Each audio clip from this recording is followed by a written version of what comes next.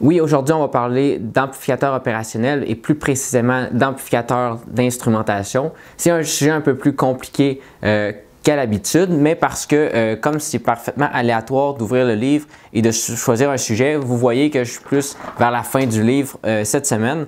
Donc, on va parler d'un sujet un peu plus complexe. Par contre, je vais essayer de le couper en petits morceaux pour que vous puissiez bien comprendre et que si vous n'avez pas tout compris, au moins vous allez comprendre les applications qu'on va pouvoir utiliser, ce genre d'amplificateur-là, et pourquoi on pourrait l'utiliser, c'est quoi les performances que va offrir un tel amplificateur.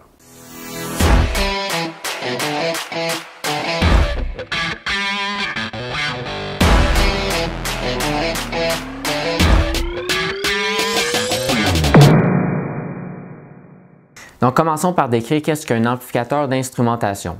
Pour décrire c'est quoi un amplificateur d'instrumentation, on va retourner avec les amplificateurs opérationnels, donc le composant de base qui sert à amplifier, donc toute la circuiterie à l'intérieur des transistors et il est bien calibré pour amplifier un signal. L'amplificateur opérationnel, pour l'utiliser, on va mettre une boucle de rétroaction avec des résistances, des condensateurs, etc., tout dépendant qu'est-ce qu'on veut atteindre comme gain et comme réponse fréquentielle. Donc, par exemple, si on prend un amplificateur opérationnel et qu'on met une boucle de rétroaction avec des résistances pour former un gain de 10 et par exemple à l'entrée, on y met un signal d'amplitude crête à crête de 1 volt. Définitivement, à la sortie, on est supposé avoir une tension de 10 volts crête à crête puisqu'on fait le gain fois la tension d'entrée du signal crête à crête. Donc, c'est ce qu'on obtient en sortie.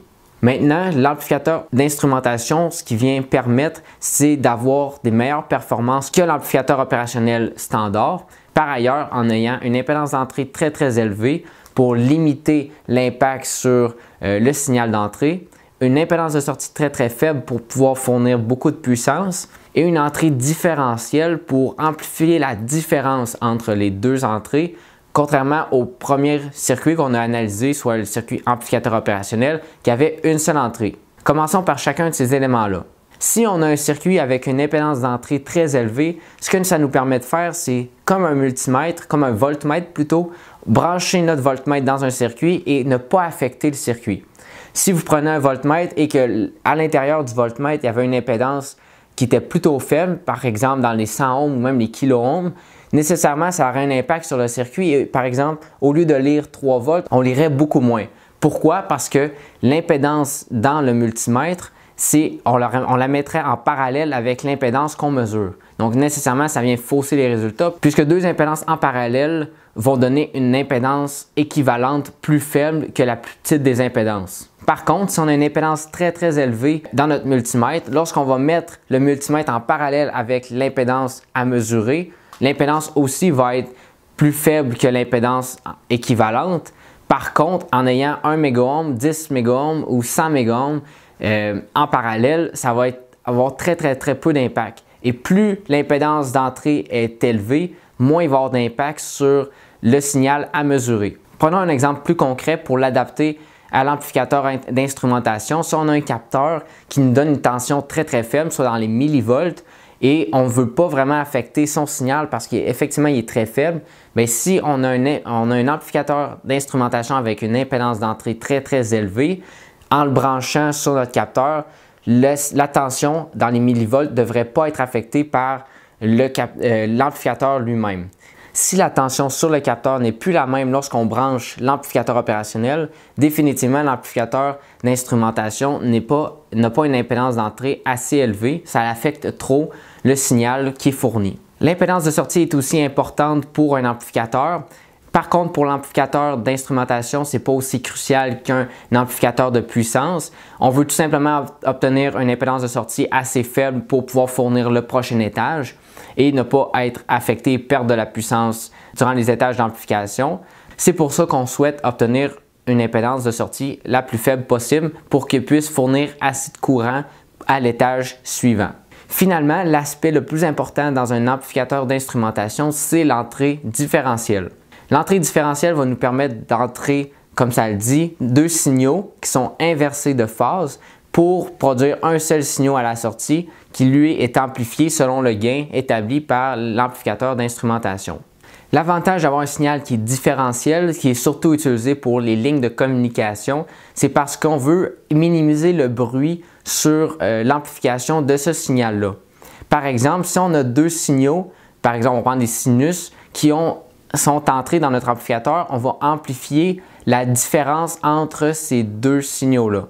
Pour vous donner un exemple plus concret, sur une ligne de communication, les fils souvent sont torsadés. Pourquoi? Parce que s'il y a du bruit qui est injecté sur la ligne de transmission, le bruit va être injecté aux deux signaux en même temps.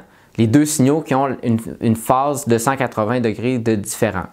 Ce que ça va faire, c'est que quand on va vouloir amplifier les deux signaux, on va amplifier la différence, donc le bruit va être annulé lors de l'amplification. C'est vraiment crucial parce qu'on veut minimiser le bruit et les perturbations qu'il y a eu sur un signal qu'on veut lire. Donc, l'amplification par différenciation, donc l'amplificateur différentiel est vraiment très important. Ça nous permet d'avoir des bonnes performances sur le signal parce qu'on réduit le bruit lorsque le capteur est placé très très loin ou, par exemple, si c'est une ligne de communication, on ne veut pas avoir le bruit qui a injecté des perturbations et des erreurs sur notre ligne de transmission. Donc, nécessairement, l'amplificateur d'instrumentation, on peut le concevoir nous-mêmes, soit avec plusieurs amplificateurs opérationnels et des composants discrets. Et il existe aussi nécessairement des amplificateurs d'instrumentation dans un même boîtier. Donc, il suffit simplement de le brancher selon la documentation technique trouvée sur Internet et de mettre les quelques composants externes pour avoir les paramètres requis. Par exemple, si on veut avoir un gain de 10, peut-être que le manufacturier va nous dire de placer une résistance de 1 kΩ à la sortie. Donc, il va falloir simplement lire les instructions du manufacturier. Mais il faut savoir qu'il y a différentes alternatives pour bâtir un amplificateur d'instrumentation. Merci à tous d'avoir regardé la vidéo d'aujourd'hui. Cliquez sur j'aime si vous avez aimé. Je suis conscient que le contenu de la vidéo d'aujourd'hui est plus compliqué qu'à l'habitude. Par contre, c'est aléatoire, donc je fais juste tourner les pages et je choisis le sujet. Quelquefois, ça va être difficile, quelquefois, ça va être plus facile à comprendre. Mais tout de même, restez abonnés et abonnez-vous si ce n'est pas déjà fait. Plusieurs sujets s'en viennent à chaque semaine et on se revoit pour une prochaine vidéo. Merci!